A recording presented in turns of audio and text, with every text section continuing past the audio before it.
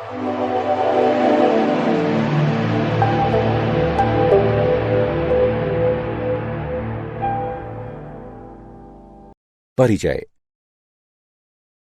Hello बच्चों, आज हम प्रकाशिकी एवं प्रकाशिक यंत्रों के बारे में सीखेंगे। आपने अवश्य सुना होगा कि रेगिस्तान में एक निश्चित दूरी पर पानी का एक भ्रामक प्रकटन होता है। अतः अब ये प्रश्न उठता है कि ऐसा क्यों होता है।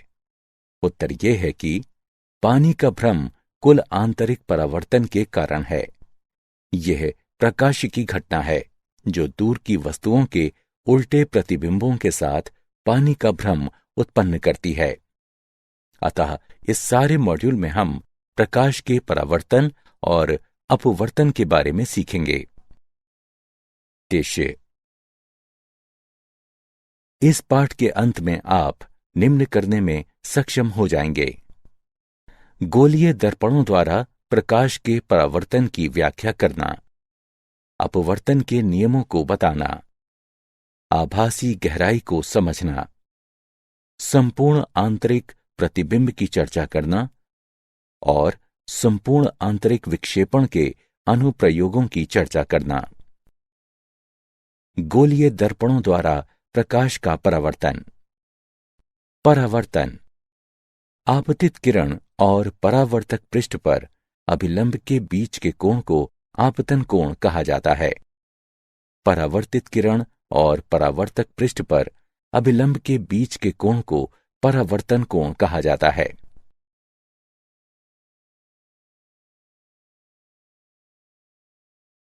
परावर्तन के नियम।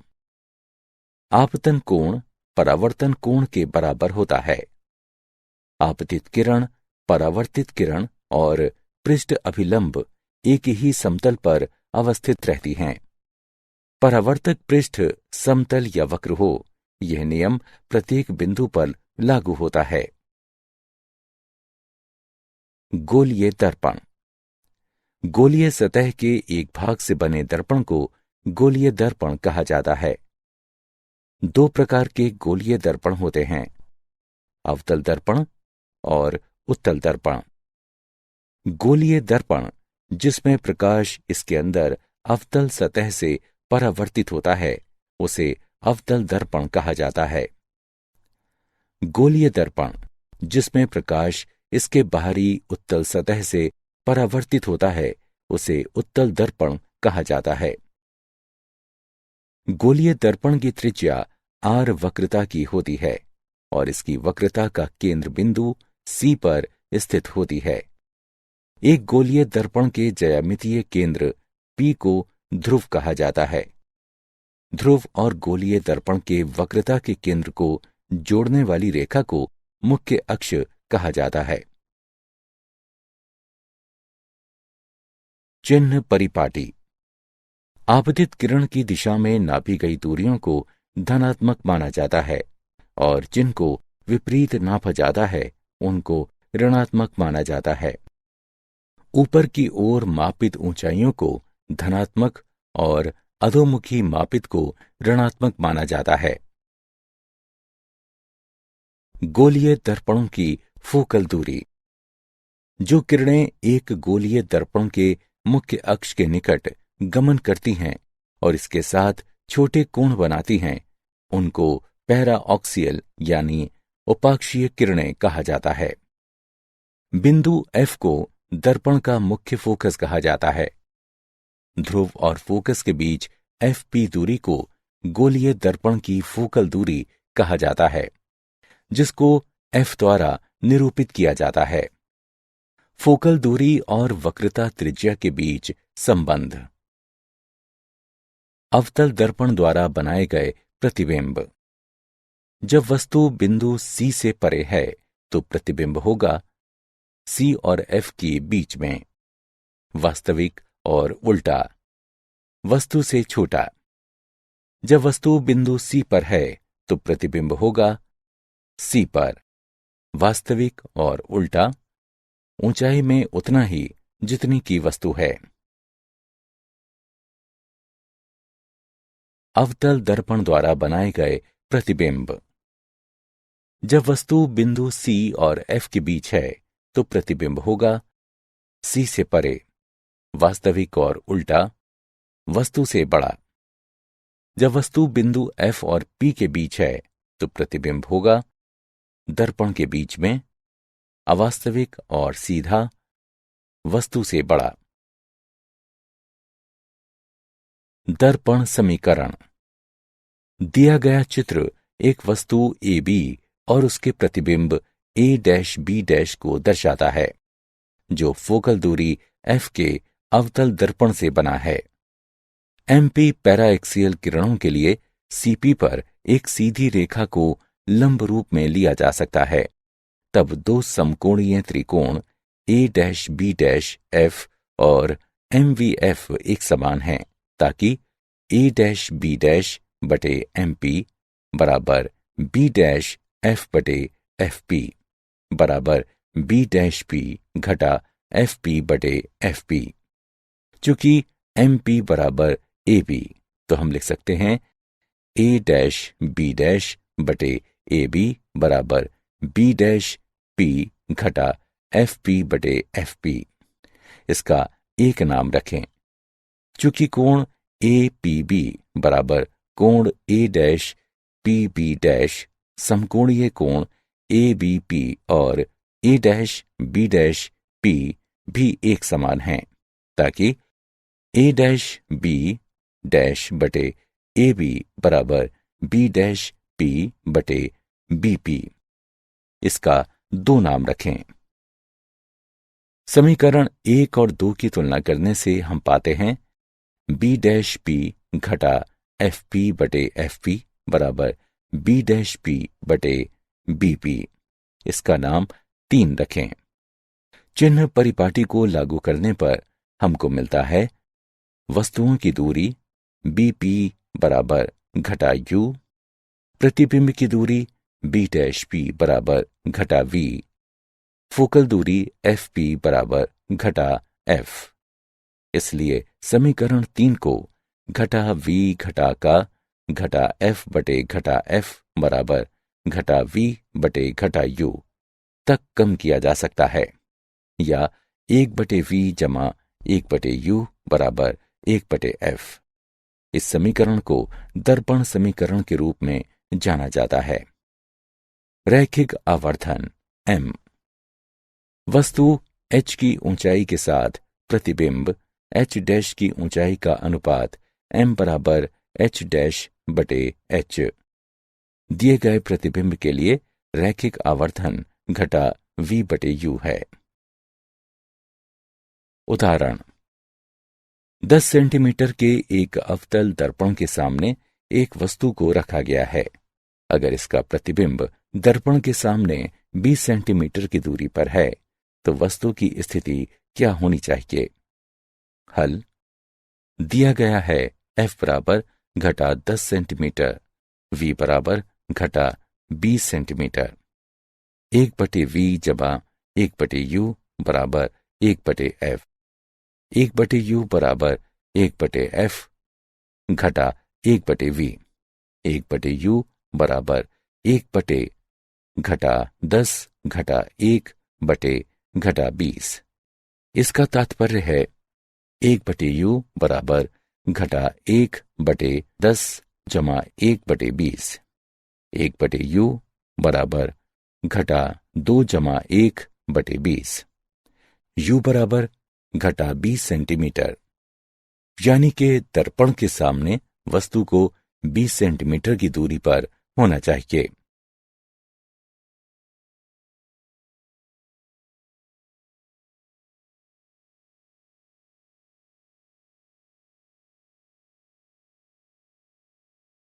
अपवर्तन। जब एक प्रकाश की किरण दूसरे पारदर्शी माध्यम का सामना करती है, प्रकाश का एक भाग प्राथमिक माध्यम में प्रतिबिंबित होता है, जबकि शेष दूसरे में प्रवेश करती है। एक माध्यम में प्रकाश की एक किरण की दिशा में बदलाव की परिघटना जब ये दूसरे माध्यम में तिरछे प्रवेश करती है, तो उसे अपवर्तन कहा जाता है। अपवर्तित किरण के बीच में और सामान्य अपवर्ती पृष्ठ के बीच में के कोण R को परावर्त का कोण कहा जाता है। अपवर्तन के नियम। अपवर्तन के नियम। आपतित किरण, अपवर्तित किरण और पृष्ठ अभिलंब एक ही समतल में होते हैं। आपतन कोण I के साइन का अनुपात और अपवर्तन कोण R का साइन माध्यम के एक दिए गए जोड़े के लिए स्थिरांक है। इस नियम को स्नेल का नियम कहते हैं। गणितानुसार स्नेल का नियम देता है साइन I बटे साइन R बराबर n21, जहां n21 स्थिरांक है। इसको माध्यम 1 के संबंध में माध्यम 2 का अपवर्तनांक कहा जाता है। अगर n21 बड़ा है 1 से तो अपवर्तित किरण अभिलंब की ओर झुक जाती है। अगर n21 छोटा है 1 से तो परावर्तित किरण अभिलंब से दूर झुकती है। एक माध्यम का अपवर्तनांक जितना ऊंचा होगा, प्रकाशिकीय स्तर पर वो उतना ही घना होगा। आभासी गहराई। अपवर्तन के कारण वस्तु दूसरे माध्यम जैसे पानी में उठती हुई मालूम होती है। पूर्ण आंतरिक परावर्तन। जब प्रकाश की एक किरण सघन से विरल माध्यम में परिधि पर आपतित होती है, ये अभिलंब से दूर मुड़ जाती है। आपतन कोण में बढ़ोतरी के साथ अपवर्तन कोण बढ़ता है। सघन माध्यम में किसी निश्चित आपतन कोण के लिए विरल माध्यम में तत्संबंधी अपवर्तन कोण 90 डिग्री होता है। इस विशेष आपतन कोण जिसके लिए तत्संबंधी अपवर्तन कोण 90 डिग्री है, इसको एक क्रांतिक कोण कहा जाता है, जो C द्वारा निरूपित किया जाता है। अगर आपतन कोण क्रांतिक कोण से परे बढ़ता है, परावर्तन के नियमों का पालन करते हुए आपतित किरण सघन माध्यम में वापस आ जाती है। इस परिघटना को पूर्ण आंतरिक परावर्तन कहा जाता है।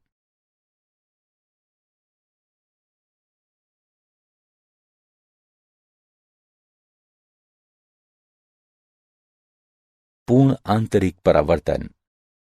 पूर्ण आंतरिक परावर्तन के लिए स्थितियां। किरण को सघन माध्यम से विरल माध्यक में अवश्य गुजरना चाहिए।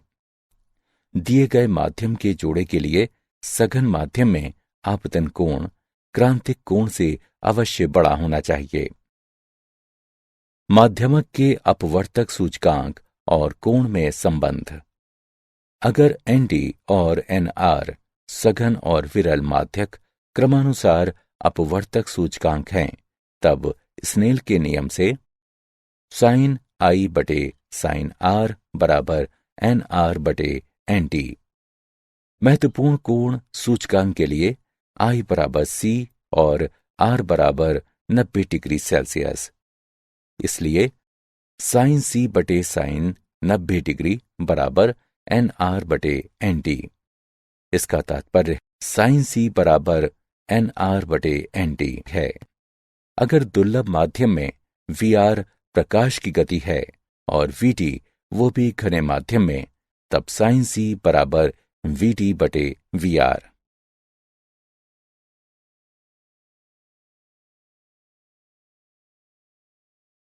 प्रकृति में पूर्ण आंतरिक परावर्तन और इसके तकनीकी अनुप्रयोग। मृग तृष्णा। रेगिस्तानों में कभी कभी एक व्यक्ति एक पेड़ का उल्टा प्रतिबिंब देखता है, जो पेड़ के निकट एक तालाब की मिथ्या धारणा देता है। इसे मृग तृष्णा कहते हैं। हीरों की जगमगाहट। हीरा हवा इंटरफेस के लिए क्रांतिक कोण बहुत छोटा होता है, लगभग 24.4 डिग्री। जब बाहरी स्रोत से प्रकाश अच्छी तरह से कटे हीरे में प्रवेश करता है, हीरा अपने अंदर अनेक पूर्ण आंतरिक परावर्तनों को झेलता है। जब किसी पृष्ठ पर आपतन कोण 24.4 डिग्री से कम होता है, केवल तब अपवर्तन हो सकता है। इस प्रकार हीरे में सभी दिशाओं से प्रवेश करने वाला प्रकाश किन्हीं दशाओं से बाहर निकलता है। इसलिए इन दिशाओं से देखने पर हीरा जगमगाता नजर आता है।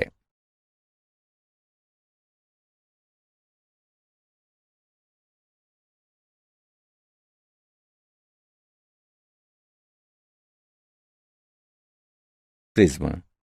जब किसी प्रिज्म के अपवर्ती पृष्ठ पर एक किरण अभिलंब रूप में आपतित होती है, वो बिना मुड़े गुजरती है और कांच इंटरफेस पर 45 डिग्री के कोण पर आपतित होती है, जो 42 डिग्री के क्रांतिक कोण से बड़ा होता है, और इस प्रकार पूर्ण आंतरिक परावर्तन होता है। एक पूर्ण परावर्ती प्रिज्म को प्रयोग किया जा सकता है किरणों को 90 डिग्री से विचलित करने हेतु, किरणों को 180 डिग्री विचलित करने हेतु, बिना किसी प्रकार विचलित किए हुए उल्टे प्रतिबिंब को सीधा करने हेतु। प्रकाशिकी फाइबर तंतु।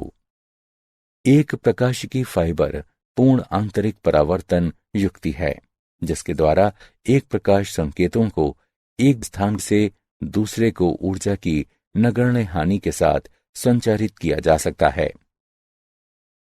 क्या आप जानते हैं, सन 1670 से 1672 तक न्यूटन प्रकाशिकी पढ़ाते थे। इस दौरान उन्होंने प्रकाश के अपवर्तन और प्रकाश के परावर्तन की खोजबीन की। विलब्रॉड स्मेल ने सन 1621 में प्रकाश के अपवर्तन पर अपने सिद्धांत दिए। सारांश। आइए हमने जो कुछ सीखा है उसे संक्षेप में दोहराएं। एक गोलीय सतह के एक भाग से बने एक दर्पण को गोलीय दर्पण कहते हैं। दर्पण समीकरण 1/v जमा 1/u बराबर 1/f। एक माध्यम से प्रकाश की एक किरण की दिशा में बदलाव की घटना जब ये दूसरे माध्यम में त्रियक प्रवेश करती है, इस घटना को अपवर्तन कहा जाता है। स्नेल का नियम देता है sin I/r बराबर n21, जहां n21 स्थिरांक है। इसको माध्यम 1 के संबंध में माध्यम 2 का अपवर्तनांक कहा जाता है। संपूर्ण आंतरिक परावर्तन के लिए स्थितियां। किरण को सघन माध्यम से विरल माध्यम में अवश्य गुजरना चाहिए। सघन माध्यम में आपतन कोण को दिए गए माध्यम के जोड़ के लिए क्रांतिक कोण से अवश्य बड़ा होना चाहिए।